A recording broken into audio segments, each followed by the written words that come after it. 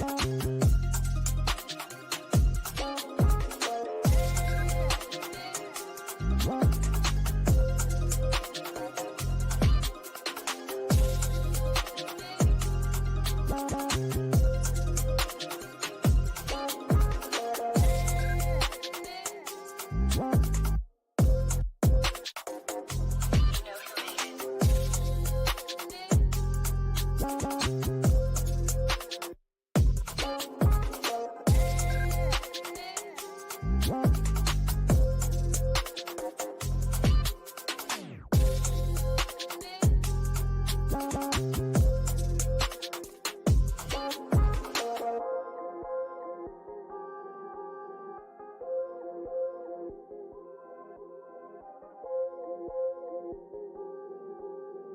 know who made it.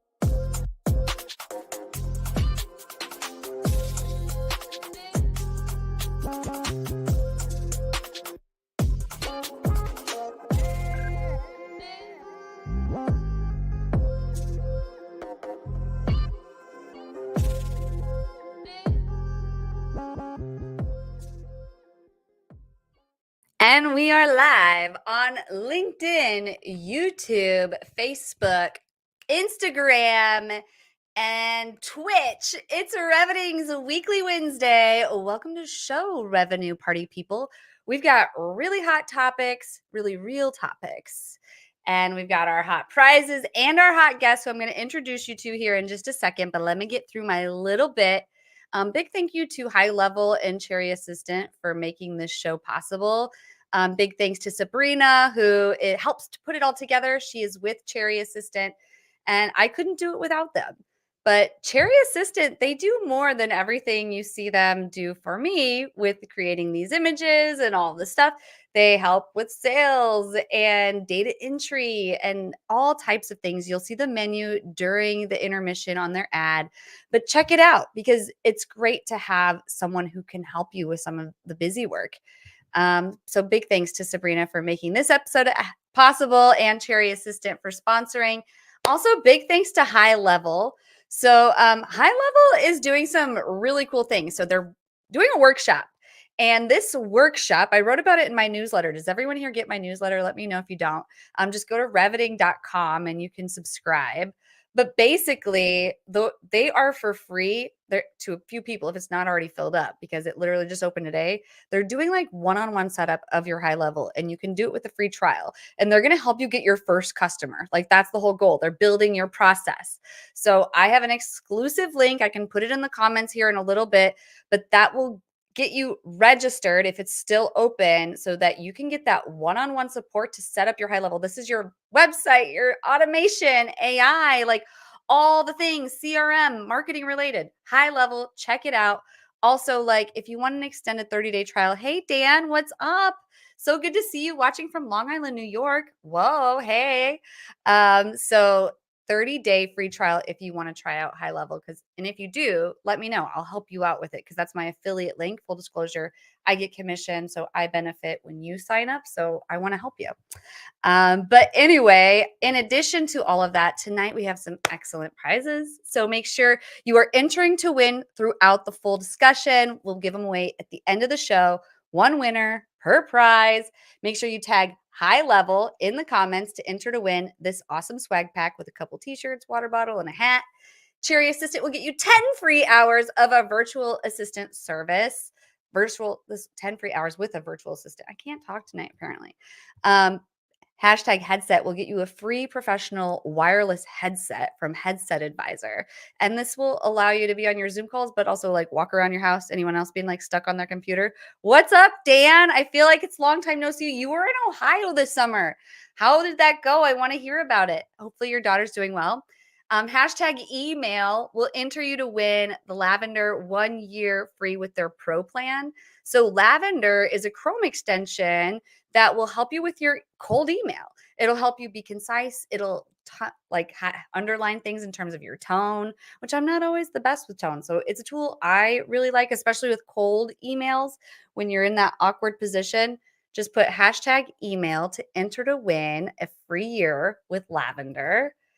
And hashtag personal branding gets you 1 month free in my program. We're going over personal brand strategy, going deep, doing the inner work to figure out what do you want to be known for and who's going to help you accomplish your goals. So who's your audience? What's your message? And how are we going to go after it across channels, not just LinkedIn, but TikTok. I want to coach you on how to go live, how to sell on TikTok, all types of things. So get 1 month free by putting hashtag personal branding.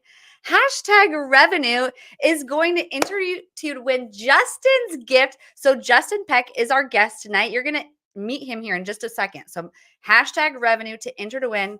I'm going to let him explain this here in a second, but he put this book here and we've got hats and shirts. So I wrote about his book a little bit in the newsletter. I haven't read it yet, but there's a lot of information out there about it, and he's doing some really cool things. Plus, did I mention he's a race car driver? So anyway, here are all the keywords you need to be entering throughout the show to enter to win, because I want to bring these guests in. We have an episode planned for you tonight it's real. We're getting into mental health. We want to help you be your own authentic self across channels to take up more space online as yourself. Hey, Randy, I feel like we haven't talked in forever. I need to reach out to Randy. We have to connect. But I'm going to bring in these guests. Let's get right into tonight's episode. Let me make room on the screen here. Welcome to the show, Nina and Justin Peck. So happy to have you here. Hello, Jesse. Nina, hi, Jesse. Hi, Justin. I didn't even try to pronounce your last name, but I think is it Jagannathan? Yep, that's it. Did I get it? Yeah. Okay. All right. So we have to do a hashtag Jagannathan, and Jesse gets a prize. That's fine. Oh, Jagannathan. Okay. Yeah, so everyone go follow our guests, but as you're going to follow them and check out their LinkedIn profiles, that's just their resume, right? We want to know in classic WinsDay style, who is the real you? We want to know what's not on the resume, what we can't find online. Where were you born and what brought you to now? But please just be kind to us and keep it under 2 minutes. We'll go ahead and do you mind kicking us off, Nina? Great. Sure thing. And there's a timer. Perfect.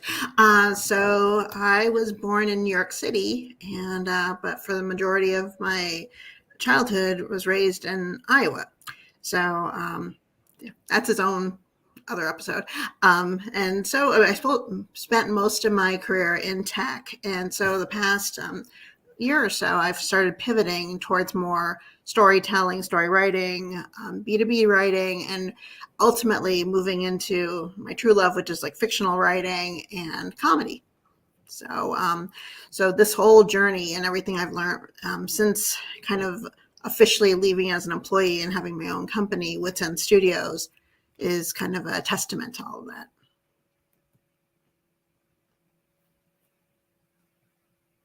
You still have 1 minute and 10 seconds left, I know, Nina. I know. I'm shy and demure. What do you want me to do? Anyway, so basically, yeah, what, the thing I hope to bring to this is talking about, the word authentic gets used so much, but like being raw, being real in your conversations and your posts and how you present yourself. Also, that it doesn't have to be sad or dire or serious. It actually can be funny too, because you show your personality that way. And I think in social media, especially in platforms such as LinkedIn and stuff, everyone is so worried about putting up this very professional, hard as nails front. And the thing is, you'll get more buy-in, you get more allegiance and connections and presence if you show who you really are. So yeah, I mean, that's key. And it's a lesson I'm learning because I'm kind of decorporatizing myself at the moment. So decorporatizing yourself. I like that. I have a feeling we're going to be getting into that a little bit more with the last topic of corporate narcissism. But I mean, I don't want to jump to conclusions. But before we get there, Justin, could you do the same? I'm going to put the 2-minute clock up and fill it up by telling us your life story. Like, where were you born and what brought you to now? Well, Hopefully not Iowa. Just kidding. Not Iowa. Justin Peck. I live in Utah, great state here. A lot of snow during the winter times and extremely hot during the summer. So I will start with a quote, and this will all kind of make sense as I go through the whole thing. But it's something that I've always kind of tried to live my life with. It's been kind of I guess you can say a compass. So anything in life worth doing is worth overdoing. Moderation is for those people who don't believe in their abilities. I start that off for the reason that I've got to experience a lot of cool things in my life. I've been a professional race car driver for 30 something years. I wrote a book and hit the Amazon bestseller within 36 hours. I currently, I'm the founder of the National Mental Health Alliance, which is our 501c nonprofit. I own 2 medical data companies, and we go over a lot of toxicology and medication management. And the reason why I kind of went down that road, at least in 2020, is we're understanding that with the financial garbage that's going along in the world, that's affecting mental health. And when you start understanding that a lot of the financial crisis that we have has to do a lot with big pharma, big insurance, big governments, all the things that I'm sure most of the people listening are shaking their heads right now. So, but yeah, that's a little bit about me. I wrote the book. It's based on my life, a little bit of my racing history, but a lot on the mental health component. And yeah, it's a good read. I wrote it. I don't think I've actually read the whole thing, but it's a good read. Well, that's incredible. Thank you so much for being here, Justin, and talking to us about these important topics because, we are mostly sales and marketers here at the show and those in the comments, which, by the way, if you're watching, let us know, like, what industry are you in? What is your role? Who are we talking to tonight? Because I just assume based on generalities of who usually attends, but people in sales and marketing often deal with mental health issues because of the pressure. There's a lot of black and white. There's a lot of numbers. If you're not hitting your numbers, there's a lot of feeling inadequate. There's a lot of failing. We fail a lot, especially in sales. You only win a very little bit of the time, and you have to just have that gumption to keep going. But a lot of the time, what you see in sales and marketing is a facade, and we're not showing what's truly behind the curtain, what's going on behind us. So could you kick us off with our first topic, which is expert insights, medications, toxicology, and mental health? And this show used to be called Whiskey Wednesday. And, Right.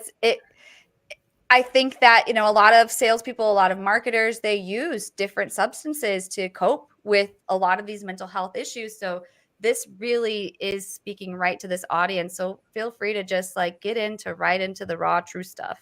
Okay, well, I can definitely do that. So when it comes to, since you brought it up, let's talk about substances a little bit. Through my experiences, and I've been through all ends of the substance abuse line, other than a rehab center, which I probably should have went. But I was an addict 30 something years ago. I've seen both sides of it. I've had my youngest brother overdosed at the age of 20. So I understand the substance side of things. And one of the big key things that I've noticed is people don't search for a drug of choice. People don't search for an opiate or an amphetamine or alcohol or any of those type of things. People search for a feeling, right? So that feeling of choice that you get ultimately turns into what substance you decide to choose. The issue that we have with that is on the medication side, on the medication adherence, if you go to your doctor and you're prescribed an SSRI, some type of medication to help your mind, it's been proven that 67% of the people that are prescribed these medications don't take them.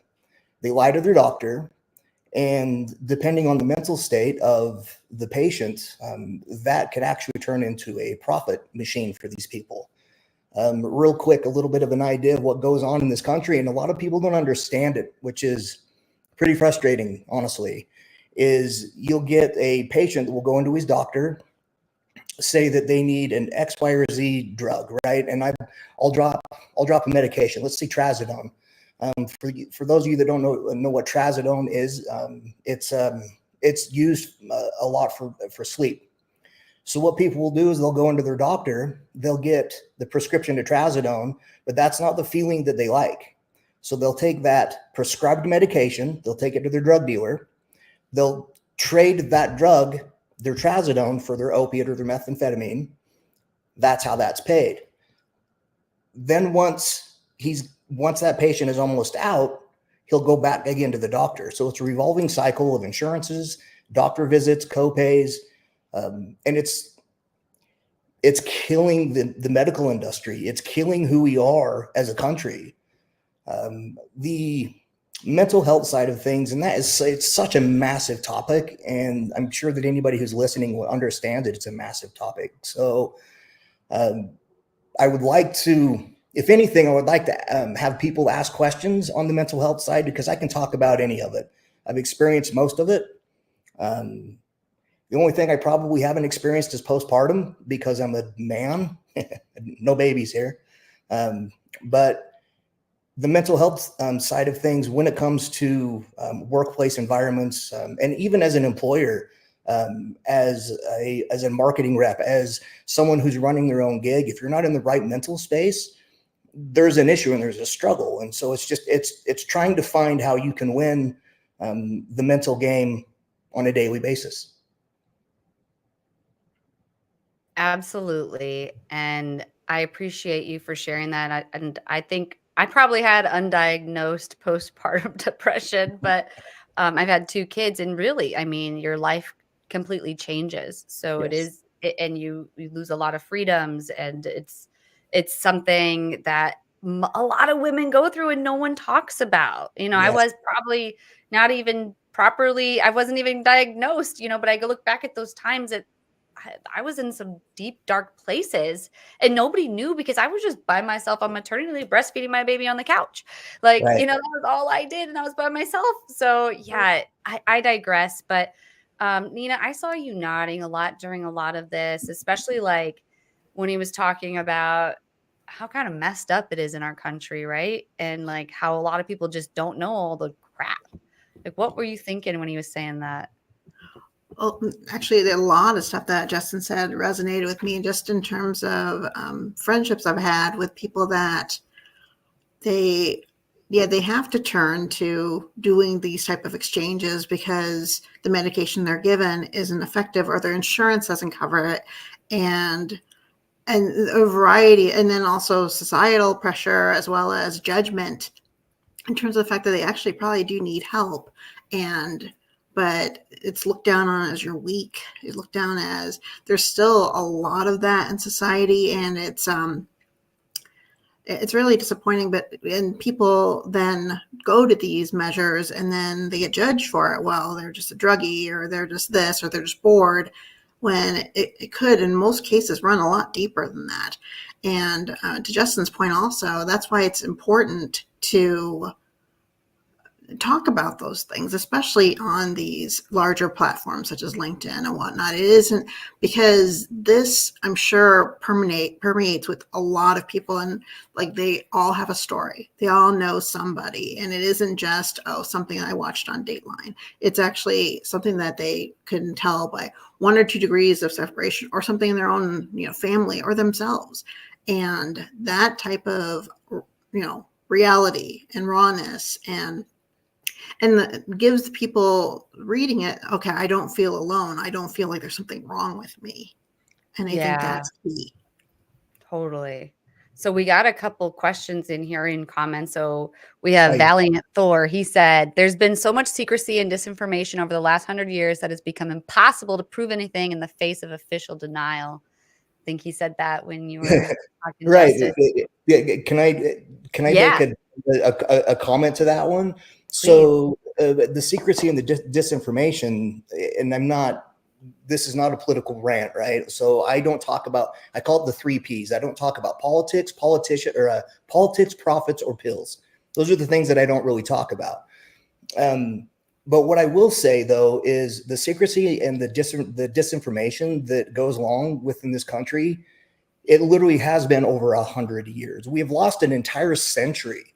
The amount of technology and knowledge that we had in the early to late or 1800s is unbelievable, but it's always stifled by the people that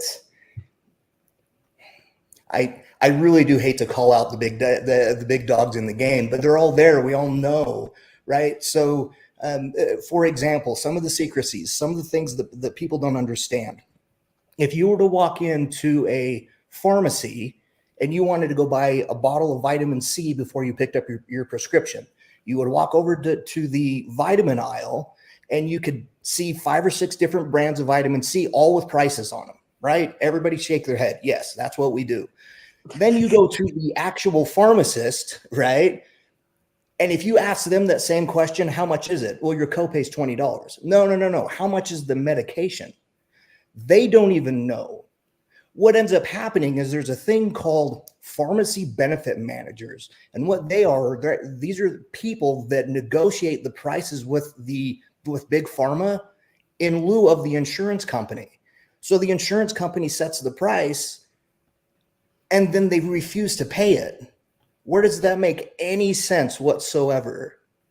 It's Yeah. just it's collusion to the. Oh man, I'm starting to sound like a conspiracy theorist here. That's not That's that's not okay. me. I mean, there's so many conspiracy theories to be had because at the end of the day, this country and many countries around the world are not taking mental health seriously. So there's Correct. no system, there's no process. So we have nothing but to conspiracize about all of this because, like, why? Why are the police called when there's a mental health breakdown? Like, it's just Right. crazy. But I digress because, well, we have some more comments. I want to get to Dan's and we need to get to the next topic. But real quick, Dan Yeah. said, or asked, do you think the cost of medication and therapy made worse by big insurance and big pharma has made mental health problems even worse in the US because people can't afford the care they need? I think that's exactly the problem. I know people who would go if they could afford it. Like, it's ridiculous you can't get it covered. Well, and seriously, like, if you look over what the pay rates and the insurance rates and what Medicaid pays for, and each state across the board, it blows my mind away that mental health is one of those things that people are just like, oh, it's just in your head. It's cosmetic. Oh shit, it's in your head. It's your brain. It's Mm. mental health. Like that's what it's about. It should be at the forefront of everything because if the brain controls our function from top down, then we should want to be able to fix our brains. Not saying that anybody's brain's broke. Like mine's goofy as goofy, right? And I get that. But I love it. It's made me the man I am today. And it's been a ride for sure. Yeah. Absolutely. And going to therapy is already hard enough for some people, and then on top of it, you have the cost of it. It's just like, well, why would I do it if I don't want to do it? And then I have to pay a lot. But I digress. There's no shame in going to therapy, especially in sales and marketing. Like, it will help you grow people. You are becoming a better version of yourself when you take care of your mind. Let's get into the second topic. So, storytelling. We're going to transition a little bit over here with Nina and about sharing the raw truths. So, a lot of you here, a lot of us are putting ourselves out there online. When we put ourselves out there online, we kind of put ourselves out there in front of other people who may not have our best interests. And it may end up causing a lot of anxiety and nerves and other things. But there's a way to do it that's raw and truth in a way that you just don't give a F about the haters. So I'm going to pass it over to you, Nina. Could you talk to us about all of this? Yeah. So, I mean, actually, it segues really well with what Justin was talking about in terms of when you write, from your heart, from who, and from your values and what you care about and your story and your journey, and you do that in a way, it becomes teachable. It becomes, you're doing it to help other people. It isn't like, oh, I had a bad day and I ran over my cat and I'm going to talk about it. Well, I mean, unless there's some lesson to be said, but there is a way to talk about the struggles in your life and what you're going through, and asking people, does this sound familiar to you? Let me know in the comments, all that good stuff, and building that community and building your people, if you will, and getting people to and the more that gets done, the less of a stigma, I'm hoping. I mean, it's already starting, but we have a long way to go, because like LinkedIn, again, I keep bringing up LinkedIn. It's like the platform that's using it to its like fullest ability is less than 10%.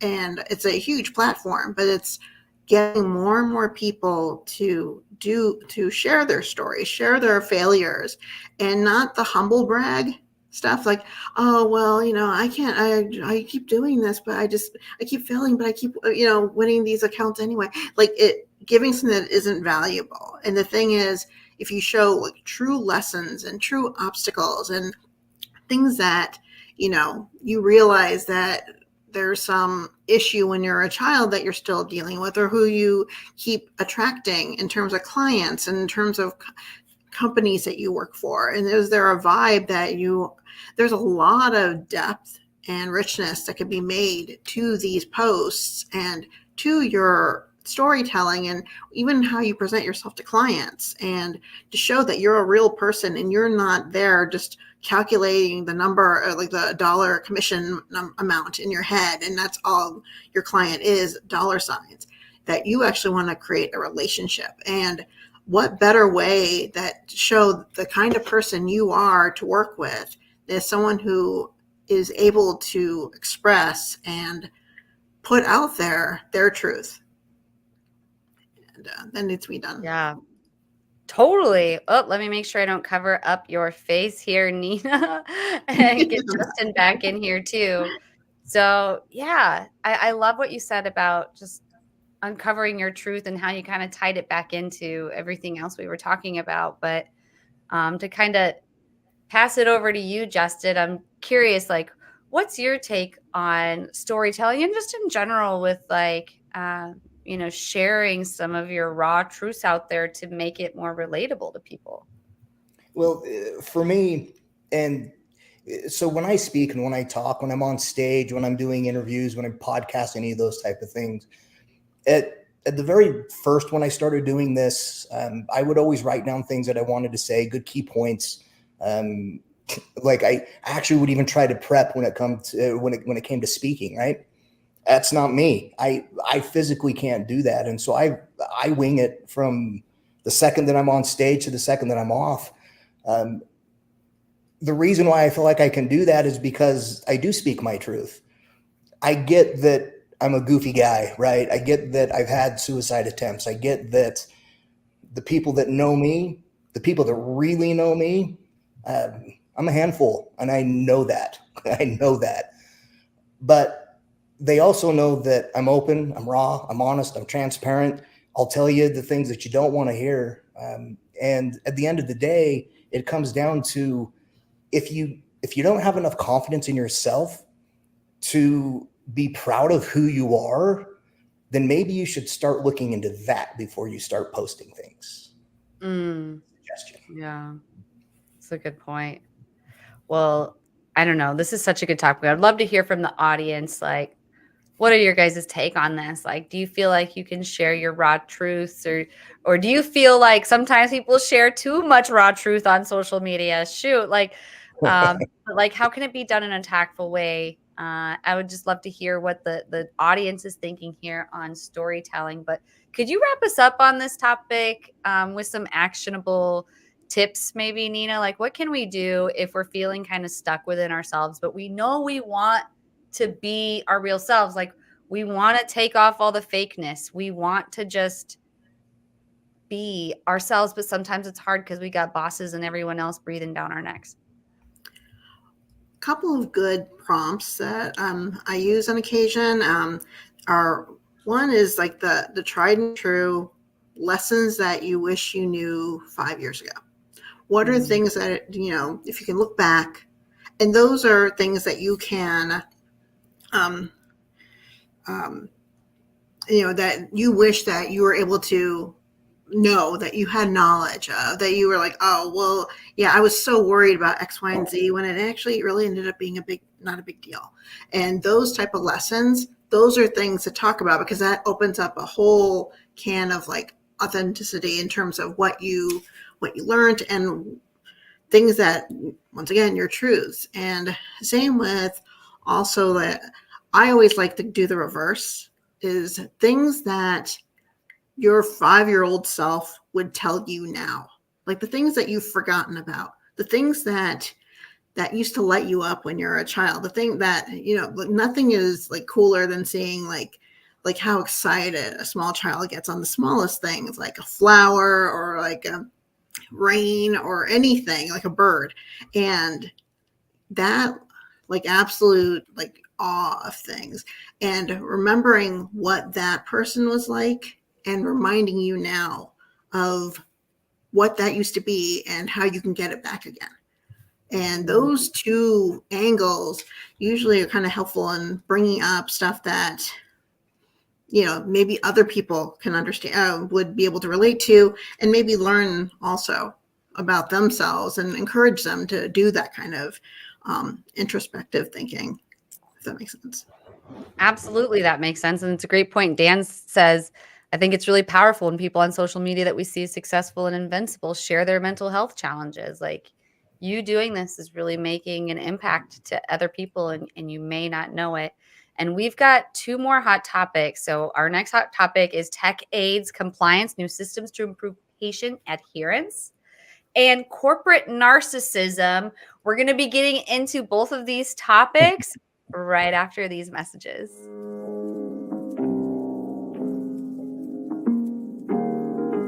Okay, check these emails. Wait, I need to write the script. Oh my god, I forgot to schedule all my content last week.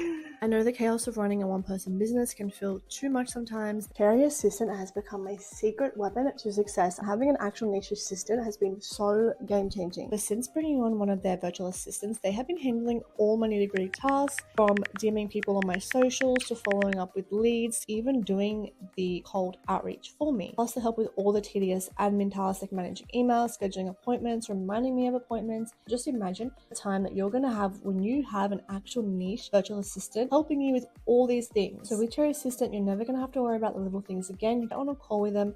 That way they can actually gauge your business needs, and they're going to help you fill the gaps. You go to cherrysystem.com, you can get on a call with one of them, and they're going to help you find your person. Now you can actually finally free up some time to focus on building your empire.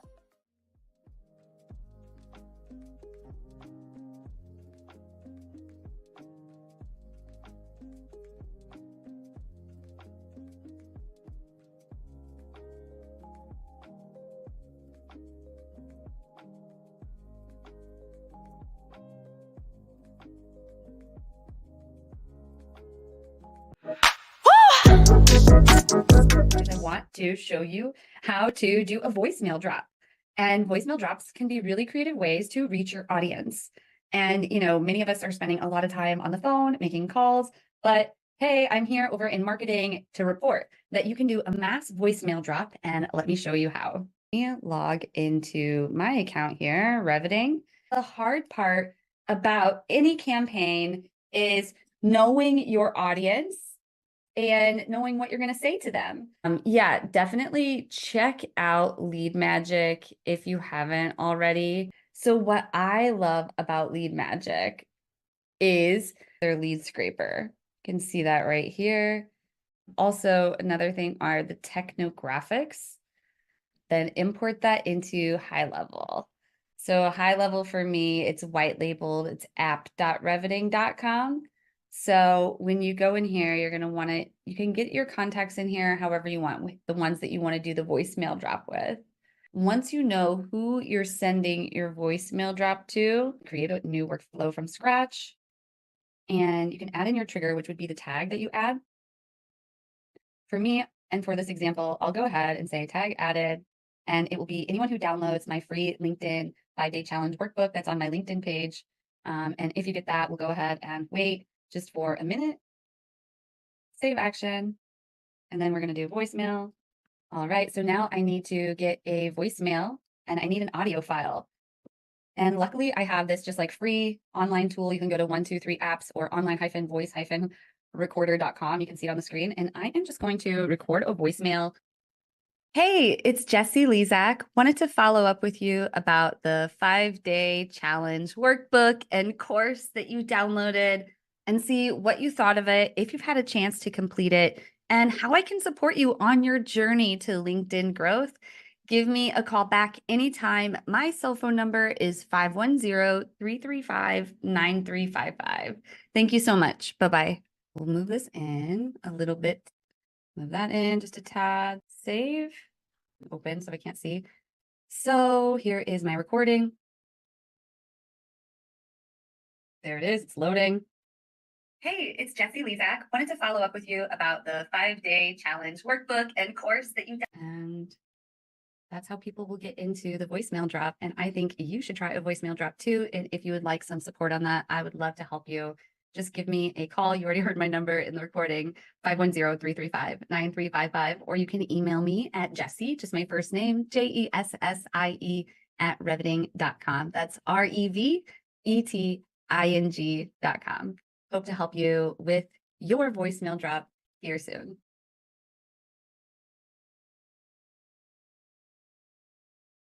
Big thanks to High Level, and I will be at their summit October 4th, and I will be speaking. I'm a part of the top affiliate panel, so come on out to Dallas, y'all.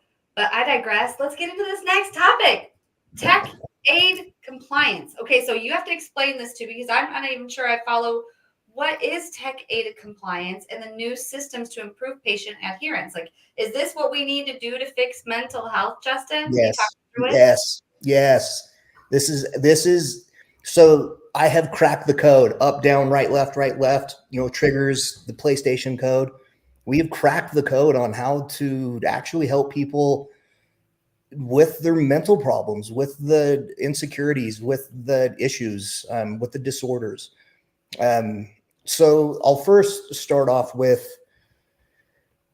let's go over a little bit of a story time type thing. This is kind of a hypothetical so for everybody that's listening, imagine that you're a therapist sitting behind me as a speaker, in front of your group in a rehab center. So you've got 40 or 50 people that are sitting in front of your group. This is stuff that I do constantly. I really, really enjoy speaking at prisons, at rehab facilities, at any of the places that people struggle with. Well, what you can watch is while I'm speaking and while I'm going through my presentation, so typically what I do is I'll talk to the therapist and I'll ask them to make notes, to watch their group, to see what's going on in the group. So at the end, imagine if a therapist could go through that piece of paper and they could say, well, Johnny was sleeping in the corner, and then Jessica, she was bouncing off the walls.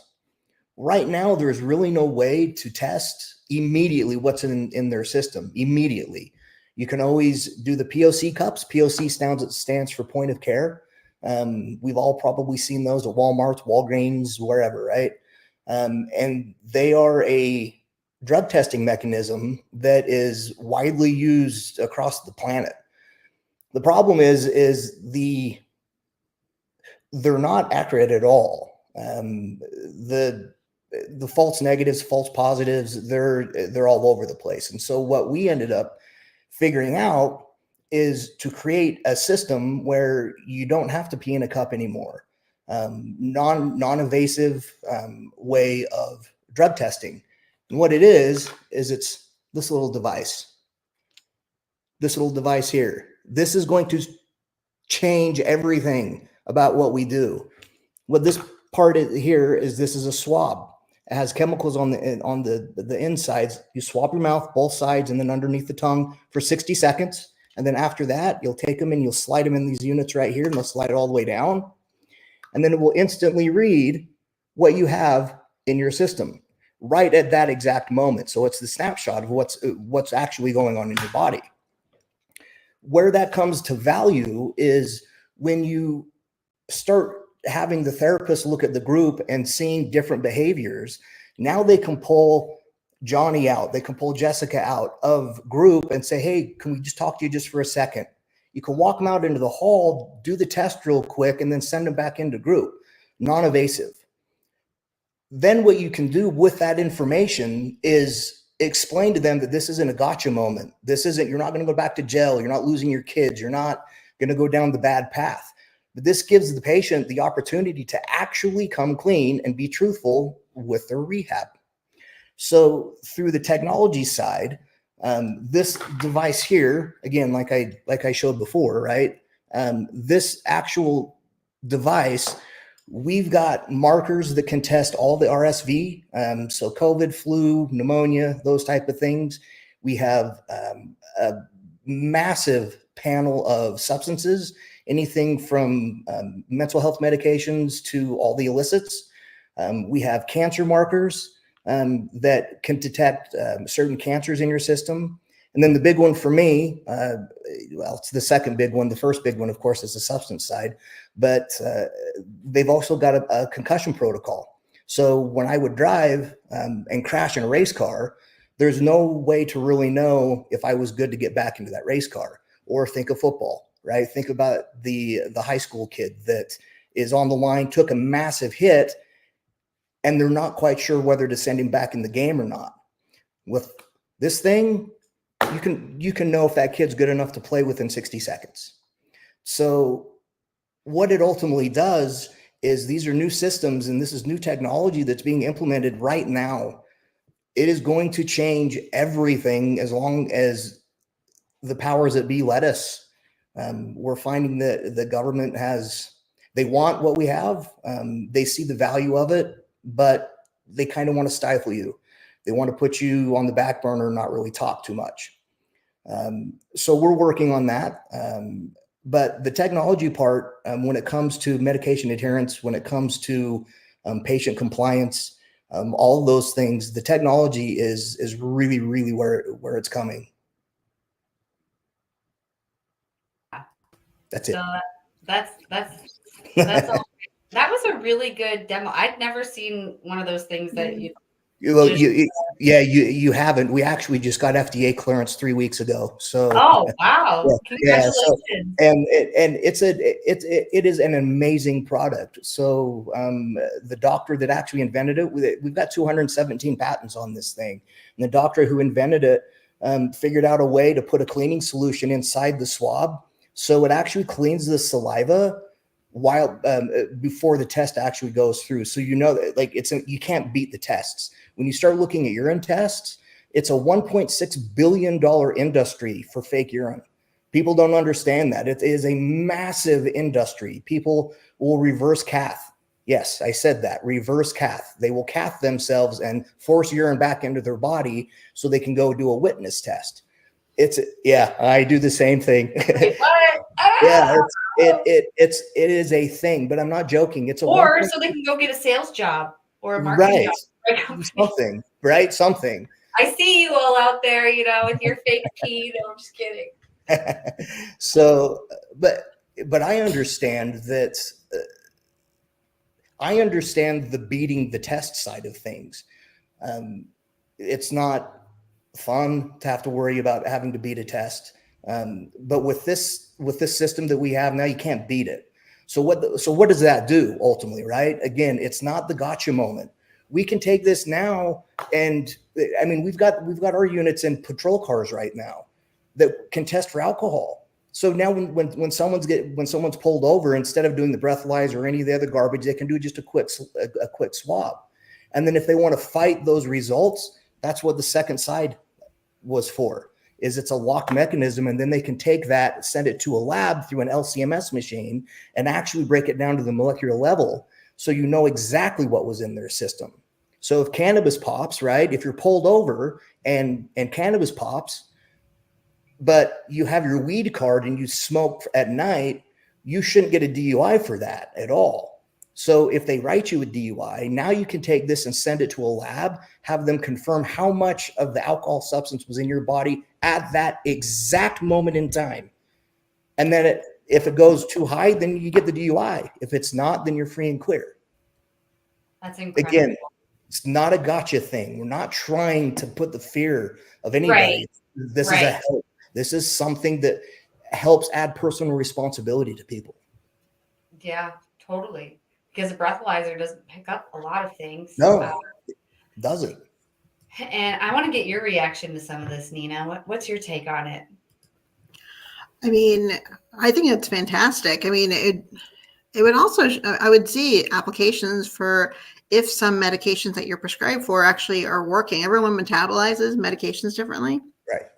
So it could be used for that in that use case as well. Like, okay, this particular, cholesterol medication, and there's particular like a Ozempic type of thing or whatever, or like, a Zoloft or any SSRI or anything like that, that is it actually being absorbed?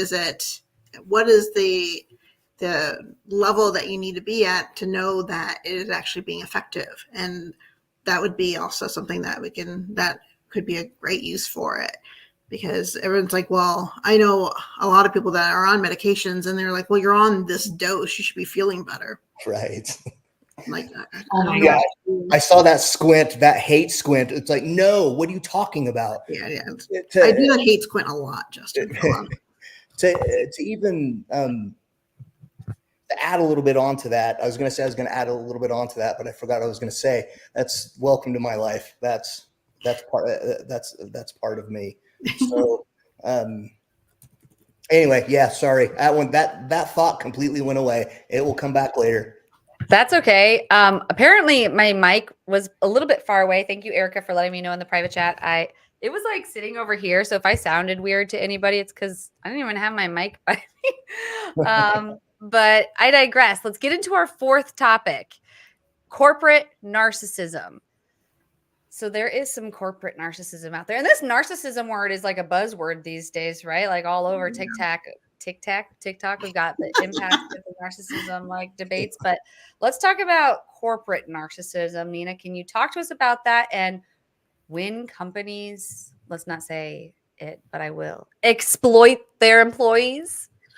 So I'm going to start with my own hashtag, not all corporations, just make that clear. But in this past year or so, and I've noticed this a little bit even before that, I've had the opportunity to get a lot of people have contacted me and they're asking for career advice, or they're asking me what to do next. And, they feel they're stuck and all that good stuff. And, one thing I've noticed is a similar pattern with the way some employees are treated by their direct manager, by the leadership, by the corporation in general. And it does, in some cases, very closely mimic how a narcissist treats their, for lack of a better word, victim. So, for instance, if you're familiar with narcissistic abuse at all, it has this overall pattern. And obviously it's not textbook and everyone doesn't do exactly this way, but there are definite markers that a narcissist would do to bring their person in. And it always is that same line that you hear, well, why didn't he leave her? Why didn't she leave him? And then you now turn it to, well, why are you still staying at the job? Why are you still with that boss? Why don't you try to transfer? Why don't you get another, or get a promotion somewhere else? Or it's that same mindset that the way some companies treat their employees, you get to the point where you start off with, it's the first thing that narcissists do is called idealization or love bombing. And they bring you in, oh, we're so happy you're here. And I mean, in both cases, so the narcissist will do that to the person they're targeting. And it's nobody's ever made me feel that way before. And all this lovey-dovey, sweep that person off their feet and, you are, the sun rises and sets on you, and all this lovely language. And same with companies. Companies then with a brand new employee would be like, you are exactly what we're looking for. You are going to totally revolutionize everything. We are so happy you're here. And you start thinking, okay, this is the company that I'm going to spend the rest of my career at. And you are set, and it's honeymoon and roses and all that good stuff, until it's not. And until they start, promoting other people. And so that's called triangulation, and start devaluing your work. And, well, you did this one silly thing, and so, we don't have the budget for you, but all of a sudden this other person gets a promotion. And the more stories I hear from people, the more I'm seeing these parallels that some companies do. And ultimately the end state is that employee feels that they just can't do any better than where they're at. And they're too afraid to go somewhere else because it'll be the same thing, or nobody's going to like me. And you know what? I'm just going to keep my head down. I'm going to be grateful I have what I have, and I'm just going to be quiet. And I hear that from people over and over again. And from all types of industries, all types of companies, small, large, whatever. And it's actually very sad. And I see a lot of people feel that they just are so devalued that I'm never going to do it well anywhere else. So I'm grateful of a job. Whatever crumb they give me, I'll take, and I'll be happy, and I'll shut up. And that's pretty much and so seeing those parallels and looking at it through those lenses, then you start wondering, are you in that position too? Are you truly happy where you're at, or are you settling? And what's stopping you from going somewhere else or going to a different team? You don't have to leave the company. Okay, if you're here for this many years, and you have like a pension, for instance, or you have something that keeps you there, then I get it. But understanding how you're being treated and what to do to recognize that and figure out some actionable next steps that get you out of that position. That's you're so right. Like, Yes. when you're talking about the breadcrumbs. Yeah. What were you going to say, Justin? No, go ahead. I was just saying she nailed it. So Totally. Yeah. It's so on point. And I want to hear from the audience too. Like, what stood out to you? Because what stood out to me was the part about how they give you the little breadcrumbs just to like kind of keep you there. And yeah, that is. I'll get the promotion next year. That's like, she's gonna, she promised she'll never do that again. It's like, it's Lifetime TV sometimes when you hear all these, exactly. You see her, and a lot of times, I hear these stories and I'm seeing the patterns, and I was like, that's really, really upsetting because they're too scared to leave. And that is really sad. It gives a different glance about like why people don't leave toxic relationships. The relationship can be with your company, with your team, with your partner. Well, at the end of the day, there's money. It's an actual money transaction. So if you go in and you don't get paid, you don't buy the gallon of milk and the bread that you need for your kids, right? Mm-hmm. Like it's like they're almost taking your lifestyle hostage. Yes. For me, just to add my little 2 cents for whatever it's worth, maybe 2 cents, is that this grooming has been going on for 100 years. Look at Pierpont Morgan. Look at Thomas Edison. Look at what those guys did to Nikola Tesla. Tesla worked for both of these guys. Most people don't know that. Actually research the story. Talk about the ultimate narcissism, right? I mean, Thomas Edison he did good for the country. Tesla was better. But Tesla ended up dying at the age of 87 in a motel with nothing to his name, and Edison is Edison, right? I mean, when you look at Edison and General Electric, that's one of the top 5 companies on this planet that run this planet. Start looking at JP Morgan, Pierpont Morgan, another company that pretty much runs this planet. It started so long ago that I even read one of the comments. It's like, how do we get out of this? We're in this crazy cycle. And 2020 really brought it to the forefront when people actually had time to sit home and take the garbage via Zoom from their boss. Okay, now the conflict resolution is via a laptop and not in person. And so it changes the dynamic to every single conversation that they have. So yeah, just my 2 cents. That's it. Totally. Well, that's the thing with when employees have now shown how effective they are at home, and actually more so because they don't have a commute, they don't have this, they don't have that, and they don't have someone hanging over here talking over their shoulder. or somebody, or having loud conference calls right next to them and all that good stuff, and some of the impetus to go back to the office for unless your job requires face-to-face. There's plenty of that, and I'm not talking about that. I'm talking about jobs that don't require it. Right. And for cosmetic reasons, you need to be back in the office. Just like restaurants make sure that people are seated by the window. So it looks like, oh, the place is crowded, versus like there's always money. Like Justin said, there is some thing underneath it. And that's why they're talking about like Gen Z people not applying to jobs that don't have money, they have salary attached to it and all the stuff, but they're being viewed as brats or ungrateful. And like, or maybe they're actually speaking up for what other people should be doing as well. Yeah, totally.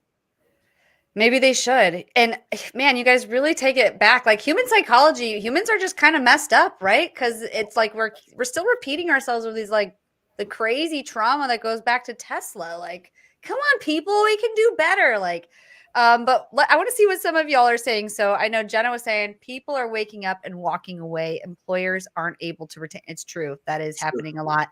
I know Jenna was also saying here, I saw a post that also talked about why would an employer pay more or give a raise / promotion if they already see they can get additional work they want from you in your current position? Yes, that's true. Don't overwork. That's capitalism. That's literally is capitalism, right? It's not right, but it's capitalism. Well, yes. I mean, and you've seen numerous times examples where companies all of a sudden there'll be a favorite in the group, and that person gets all the high profile projects. They get the promotions, all those other stuff. So you just start working harder and harder and harder to get that. And in a narcissistic relationship, like all of a sudden they'll bring in their ex partner. Oh, so-and-so called me. That's kind of weird. And start talking about them more and more and more. And then you start wondering, okay, what's the deal here? And you start working harder to please that person because you don't want to lose them. Yeah, totally. Yeah, it's the same. Yeah. So Maricela, she said, it's so true. A company can be just as toxic as a relationship. They often hold you back and you sometimes don't even see, just like a bad partner. So it's so true. And we're out of time and we still have to do the guru of the week. So really quick, I'm going to give you my song, the guru of the week. Ooh, ooh, the guru of the week. And I'm going to do a little drum roll. I'm going to pull myself out of the screen. So it's just going to be you and Nina. Justin, Nina, I'm going to let you feed off each other and tell us, please, like, why should we go follow these people as this week's guru of the week? I'm going to pull myself out of the screen and put them up. Oh, so close. There's my boy. Do you want to go first? Go ahead, Nina. Go ahead. Okay. So there was a lot of people I could have chosen, and because I've met a lot of wonderful people on the platform the past year, as well as in my career and all that good stuff. I thought the one that would closely jive with this topic is Emily Griffith, who does this amazing work with grief counseling because of her own life story, and she posts very authentic, raw, like emotions. And if you've ever encountered grief, which unfortunately I have very recently, they resonate with you, and you know that you would get, and I've talked to her numerous times, and she's just a kind soul. And I know if you're in this, and grief it doesn't have to be like a parent or a child or anything like that close. It could be a grief of the loss of your, like just how your life was, or like loss of a job, loss of anything. It is still the same emotion, and it's still that same reaction in your body and how to move forward. And I think Emily would be a wonderful person to reach out to and learn more about how to move forward and try to find joy in your life again. I like that. All right. So mine, my boy there, Mike Isom. So Mike, he actually holds a lot of titles with me. First and foremost, beyond anything, he's my friend. I've known Mike for about 7 years now, and he is probably one of the most transparent, honest human beings I've ever met in my life, which is why I'm a business partner with him. Mike is a registered nurse. He's the one that helped with a lot of the projects that we're doing. A lot of the patents that are owned, Mike owns them. He's the one that came up with the idea in that goofy mind of his that has now we've been able to create things that will promote change and actually promote change. So yeah, follow Mike, read on his story a little bit. And that guy, reach out to him. He'll talk toxicology with you all day long, for sure. They sound like incredible people that I will be going to follow after this episode. And I hope all of you do too, because the feed in the different socials, they just get stagnant otherwise with the same old people. So go add some new people to your circle and expand your horizons. And now we need to give away some prizes. So let me tell you who's been entering to win these prizes.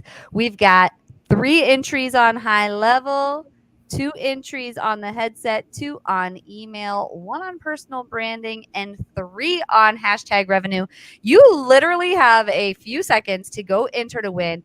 But real quick, hashtag revenue is a prize from you, Justin. Could you tell us a little bit about the prize you so kindly gave out tonight? Yeah, so it's a copy of my book that I wrote in 2016. And then I'll throw a hat and a shirt, just kind of some racing stuff alongside with that. So not a huge value, but like I said, it's a decent read, and hopefully people will enjoy it. That's awesome. Well, thank you so much. Let's go ahead and give away some prizes. I'm going to share my screen, and I'm going to go ahead and run this draw. So who is, oh no, is it like we'll have And to. Jesse wins. Yeah, seriously. There was one other name in there besides Reveting and myself, because I apparently was mentioning high level a lot in the comments. So whoever you are, that one other name, I'll go back and find you, and you win the swag pack. And let's see who wants to go next for the headset. We've got 2 entries on headset, so that's either going to Dan or who's that other one? We got Karen. And if you win, please go to reveting.com/win to give us your details. Karen, congratulations. You are the winner of the headset. We'll be reaching out to you either via DM, or if you could go to reveting.com/win to give us your details, and we will reach out to you. Let's give away, let's see, what other prizes? Oh, of course, our guest prize. Hello. Let's give away the guest prize. Who is the winner of our guest prize? Actually, before I give guest prize, I'm going to give you all one more second to put hashtag revenue in the comments to win that, because we still have to give away hashtag email. It's either going to Mark Mack or Jenna.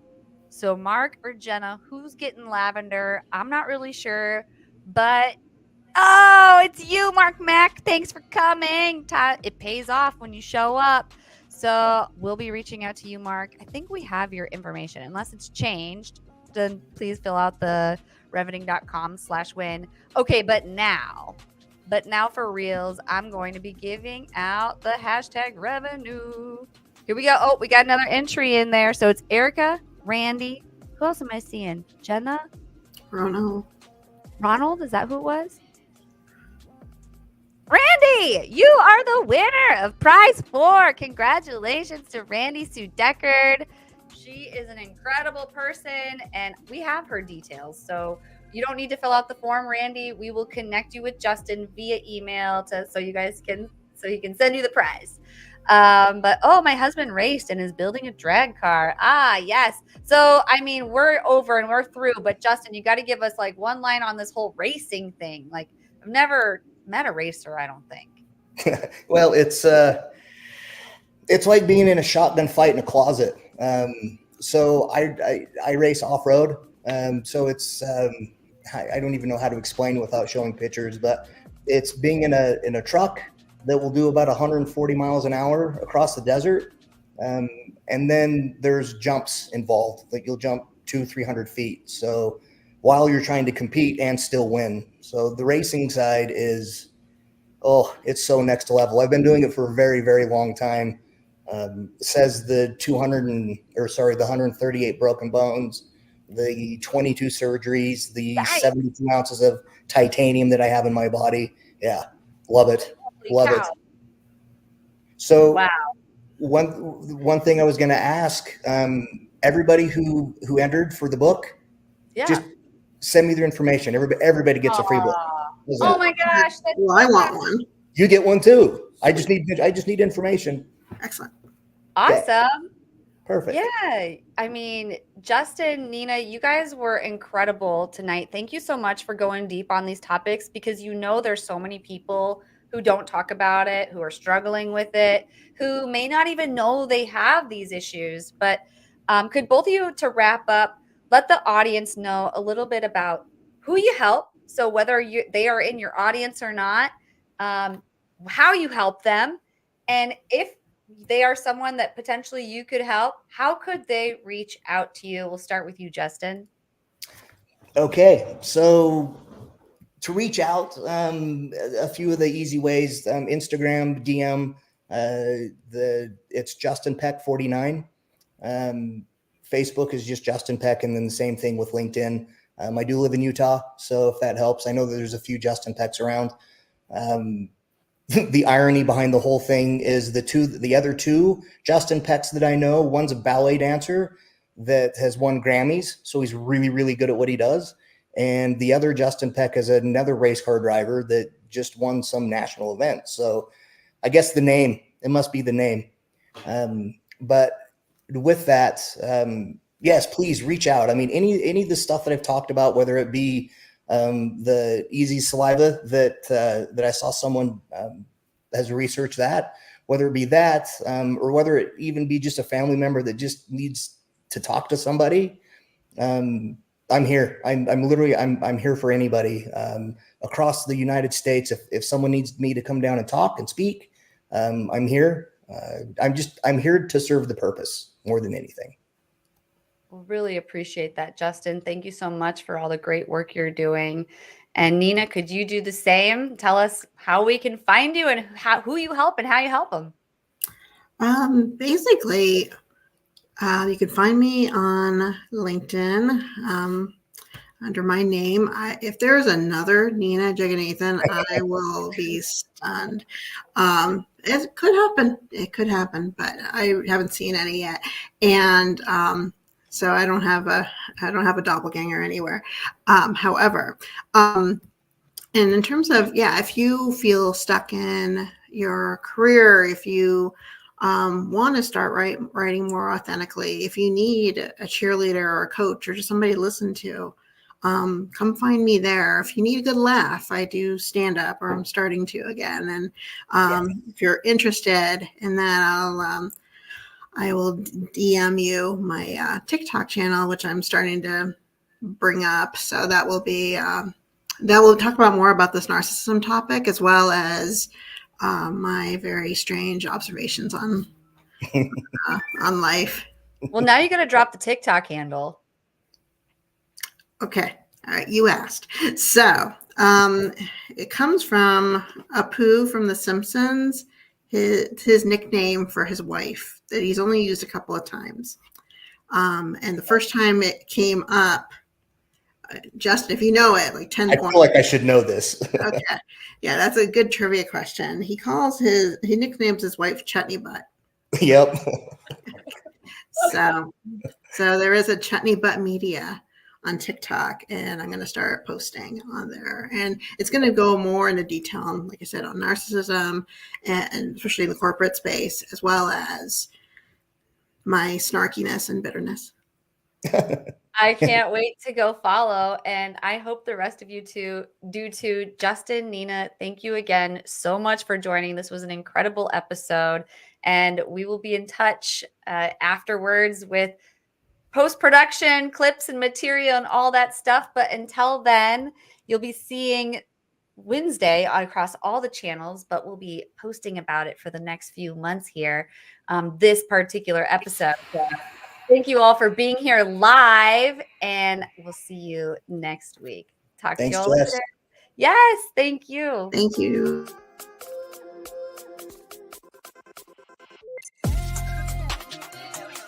Bye.